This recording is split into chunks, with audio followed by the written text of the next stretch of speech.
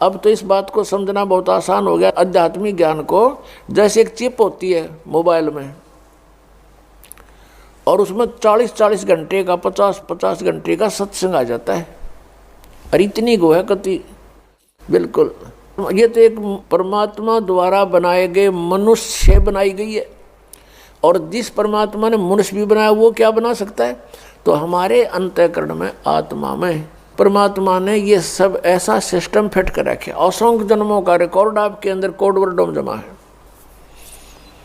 तो वो हमारे अंदर फीड है। अब गीता जी अध्याय नंबर 11 के श्लोक नंबर 32 में ये गीता ज्ञान दाता कहता मैं तो काल हूं और सब न खाऊंगा, सब न मारूंगा। 11वें अध्याय के 21वें श्लोक में अर्जुन कह रहा है भगवान आप तो देवताओं को भी खा रहे हो, कुछ आपकी जाड़ा में लटक रहे हैं और आपसे प्रार्थना कर रहे हैं बख्श दो, मंगल हो मंगल हो। वेदों के सतोत्तरों से आपकी स्तुति भी कर रहे हैं, आप तो उनको भी खा रहे हो। तो यहाँ इसने स्पष्ट कर दिया भाई मैं तो काल हूं और सब न खाऊंगा। तू ना युद्ध करेगा तो भी इनको मार डालूंगा। तो हम जहां रह रहे हैं ये काल है और ये कसाई बताया परमात्मा ने। काल कसाई हस्त है, सर्वलोक को खाए, अंकुश निर्गुण नाम का ये सतगुरु दर पकड़ा जावे। सतगुरु के दरबार में कबीर परमात्मा जब आते हैं और उसकी शरण में जैसे हम आ जाते हैं, जैसे अब इस दास को भेज दिया परमात्मा ने, अपनी वही पावर दे करके शक्ति दे दी। काम उन्हीं की शक्ति, उन्हीं के हाथ में रिमोट है इस दास का। तो अब इस परमात्मा की शरण में इस दास के माध्यम से आने से भी आपको उतना ही प्रोटेक्शन मिलेगा। तो उन्होंने क्या बताया है कि जैसे तुम यहाँ ऐसे लोक में रह रहे हो जैसे कसाई बकरे पालता है और वो सर्व सुविधाएं देता है अपने बकरों को स्वस्थ बना रखने के लिए, उनसे प्रजनन करवाता है, नर मादा को उसमें छोड़ देता है और वो बोले बकरे बच्चे उत्पन्न करते हैं बकरे बकरियां। और उनमें कितनी ममता होती है। किसी के बच्चे को दूसरा बकरा या बकरी टच कर देता है तो उसके साथ भिड़ने को पहुंच जाते हैं वो बकरे बकरियां, उसके माता पिता, और खूब युद्ध करते हैं कि मेरे बच्चे को तूने क्यों सता दिया।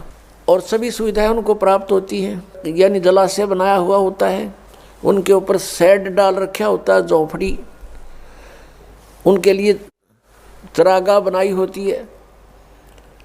अब वो बकरे ये सोचते हैं कि देख हमारा भगवान, हमारा स्वामी, हमारा प्रभु कितना दयालु है, हमारी कितनी केयर टेक करता है, कितनी देखभाल करता है, कितनी सुविधाओं का ध्यान करता है, कितना व्यवस्था कर रखी है। जिस कारण से वो उसको अपना एक दयालु स्वामी मानते हैं।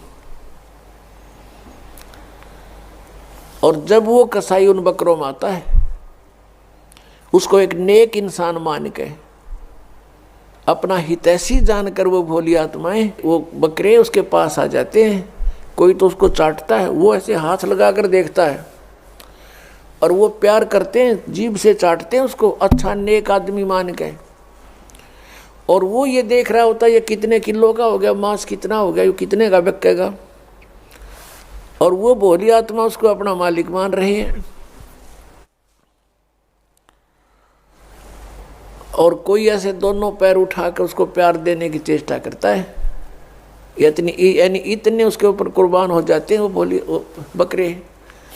और फिर वो देखते हैं कि जब ऑर्डर आता है उसको 10-20 बकरों का, तो वो ना देखता किसकी माँ मरेगी, किसका बेटा मरेगा, किसी का भाई मरेगा, किसकी बहन मरेगी। डंडा लेकर और मोटे मोटे छांट लेता है और जाके कड़च कर देता है। बकरों में हाहाकार मच जाती है, वो भागते फिरते उसमें, पता है उनको कहाँ बिजली गिर गई। अब किसी का बेटा गया तो वह माँ रो रही है, किसी का भाई गया बहन रो रही है, चिल्ला रहे हैं बुरी तरह, वहाँ पर ब्याह म्याँ करके करते रहे। वो कुछ नहीं, वो पाल इसलिए रखे। तो परमात्मा कबीर जी ने आगे बताया कि आपके प्रभु की ये दशा है जैसे उस कसाई की है। अब यहाँ इस पृथ्वी से परमात्मा कबीर जी से तप करके प्राप्त करी और इसमें हम अपनी गलती से इसके साथ आ गए। अब इसने हमारा दुरुपयोग किया है, हमें सताने का हर संभव प्रयत्न किया है। कारण क्या है कि ये चाहता है कि इनको जितना दुखी करूँगा उतना ही वो सतपुरुष कबीर साहब दुखी होगा, क्योंकि ये उसके बच्चे हैं। इसलिए इसने हमारे को यहाँ दुखी करने में कोई कसर नहीं छोड़ रखी। अन्य पशु पक्षी बना दिए, उसमें सिरे से ही सब कुछ कष्ट है। और फिर उन्हीं में से मच्छर हैं, सर्प हैं, सेंग हैं, शेर, और ये मनुष्य को मारने के लिए, इनको पीड़ा देने के लिए तैयार कर दिए। अन्य कीटाणु बना दिए जिनसे इनको इन्फेक्शन हो, मर जाए, इनको बीमारियां लग जाएं। यानी कोई भी कसर उसने नहीं छोड़ रखी जो हमें वो दुखी कर सकता है, सब तरह से तंग कर रहा है। और हम फिर भी इसको भगवान मानते हैं, जा रहे हैं, क्योंकि हम देख रहे हैं कितनी अच्छी पृथ्वी है, इसमें फल फ्रूट लगे हुए हैं, बगीचे बने हुए हैं, झरने चल रहे हैं, सूर्य उदय हो रहा है, शीतल हवा चल रही है, काजू किस्म सेब संतरे मेवा लगी हुई है। हम ये सोचते हैं बड़ा भगवान, बड़ा दयालु परमात्मा, हमारी कितनी सुविधा कर रखी है। और तब वो भगवान कहाँ गया? किसी का बेटा मर गया, किसी की बेटी मर गई, एक्सीडेंट में मार दिया, कहाँ गया वो भगवान? वो दयालुता कहाँ गई उसकी? तो परमात्मा हमें याद दिलाते हैं,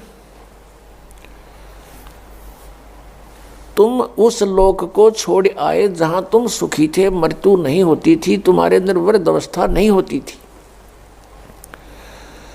अब यहाँ प्राणी वृद्ध अवस्था को कति पसंद नहीं करता, और मृत्यु को तो करना है किसने है? मृत्यु तो 95 वर्ष का हो गया व्यक्ति आशा करता है कि अभी जीवित और रहूं। आशा सभी करते हैं और करनी भी चाहिए, क्यों? तो जन्म हुआ फिर मरे किस लिए? तो हम सभी इस चीज़ को बुरा मानते हैं कि ना तो बुढ़ापा होना चाहिए और ना मृत्यु होनी चाहिए। ये हमने घनी खटका है, और यहाँ डेफिनेट है, हम देख रहे हैं सभी में वृद्ध अवस्था आएगी, सब मरेंगे। अब हमने ऐसा क्यों लग रहा है? क्योंकि हम ऐसे स्थान पर रहा करते थे जहाँ जरा और मरण नहीं होता था। जरा मीन वृद्ध अवस्था। श्रीमद् भगवत गीता अध्याय नंबर 7 के श्लोक नंबर 29 में कहा है कि अर्जुन, जो जरा मरण मोक्षाय यतन्ति ते मम आश्रित है, मेरे ज्ञान का आश्रय करके जो जरा और मरण से छूटने के लिए यत्न कर रहे हैं, ते ब्रह्म तत्विदु कृष्णम अध्यात्म अखिलम च कर्मम, वो सारे अध्यात्म से और सभी कर्मों से और तत्ब्रह्म से परिचित है। वो केवल जरा और मरण से छूटने का प्रयत्न जो कर रहे हैं, वो किसी और वस्तु की डिमांड नहीं करते, तो वो उस तत्ब्रह्म से परिचित हो चुके हैं और सारे कर्मों से परिचित हो चुके हैं। और पूरे अध्यात्म ज्ञान से परिचित व्यक्ति ही जरा और मरण से प्रयत्न कर रहा है, छूटने के लिए प्रयत्न कर रहा है। तो जरा और मरण कहाँ नहीं होता? सतलोक के अंदर। शंखो लहर मेहर की उपजे, कहर नहीं जा कोई, दास गरीब अचल अविनाशी, सुख का सागर सोई। सतलोक के अंदर कहते शंखों लहर मेहर की उपजे। अब वहाँ हम सतलोक में रहा करते थे, हमारा ऐसा ही शरीर था जैसा आपका यहाँ पर है, लेकिन उसका मैटेरियल ये नहीं है, वो शुक्रम अकायम है, ऐसनाविरम है।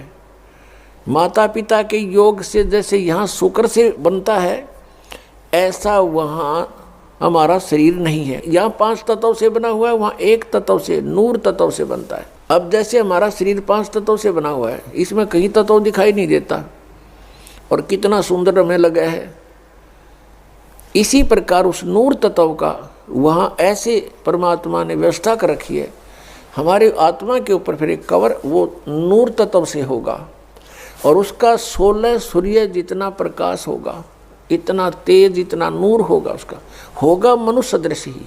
और वहाँ पर आपका पूरा परिवार होगा, आपका अलग से कुटुंब होगा, पूरा अलग से महल बने हुए हैं जिनको बने बनाए आप छोड़ आए। आपकी सारी व्यवस्था वहाँ पहले से बनी हुई है और एक व्यक्ति को यानी एक आत्मा को और उसके कुटुंब को, परिवार को वहाँ पर इस पृथ्वी जितना स्थान अकेले को प्राप्त है। उसमें बाग बगीचे, झरने, बहुत गुणे।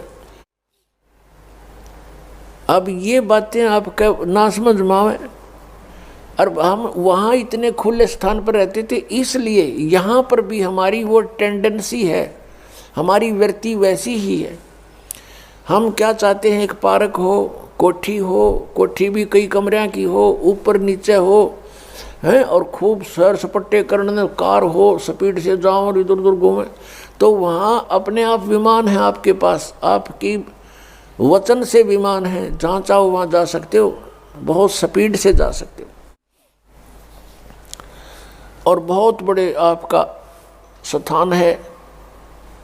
तो वो सुविधाएं आपको वहाँ थी, उसकी अब खोज हम यहाँ कर रहे हैं। कोयले की खान में हम स्वर्ण ढूंढ रहे हैं, गोल्ड या कोयले की खान है, हम ढूंढ रहे हैं यहाँ सुख, या सारा दुख ही दुख है। परमात्मा कहते हैं तन दर सुखिया कोई नहीं देखा, जो देखा सो दुखिया हो।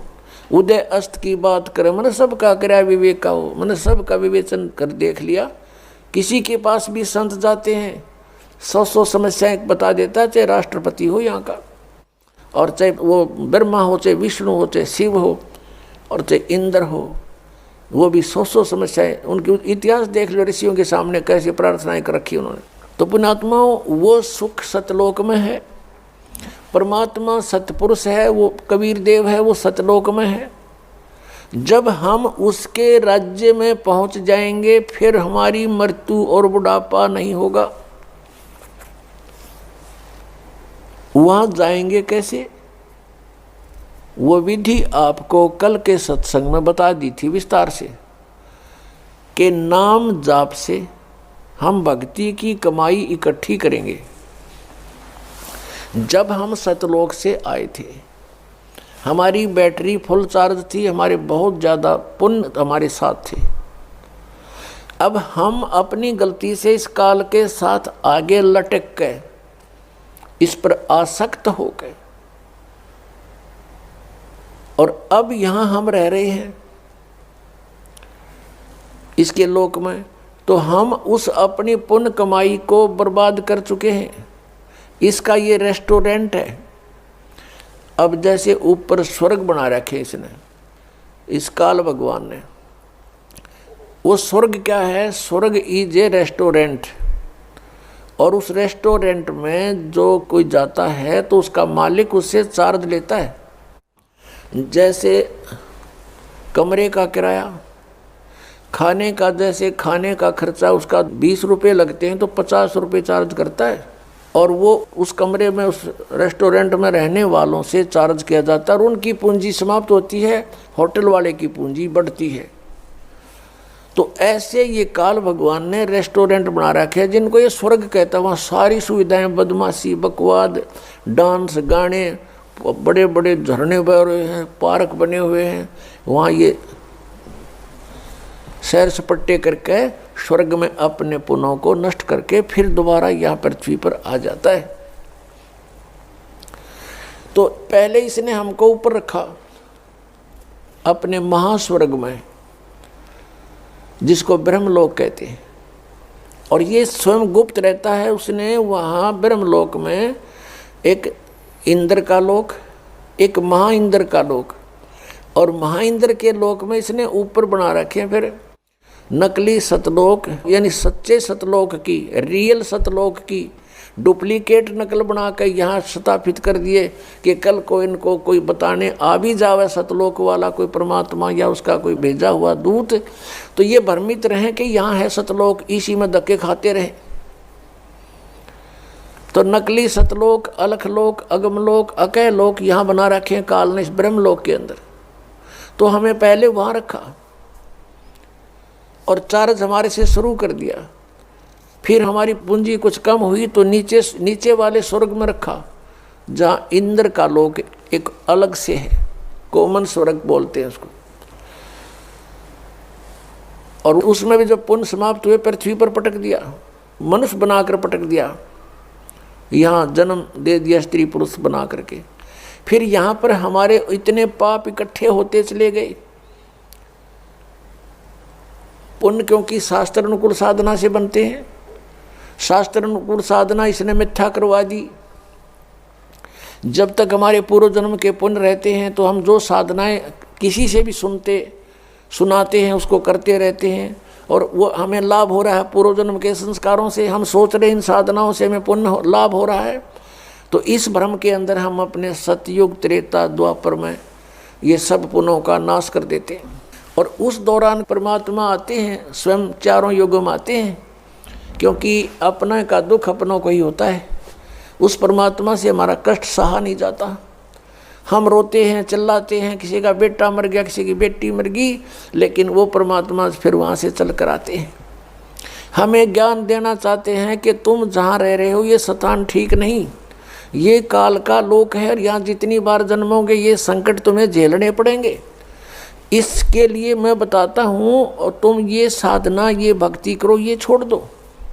लेकिन हम इतने रंगे जा चुके होते हैं, इस काल के दूतों के द्वारा रह रहकर फीड कर दिया जाता हमारे अंदर, हम परमात्मा के उस ज्ञान को स्वीकार नहीं कर पाते हैं।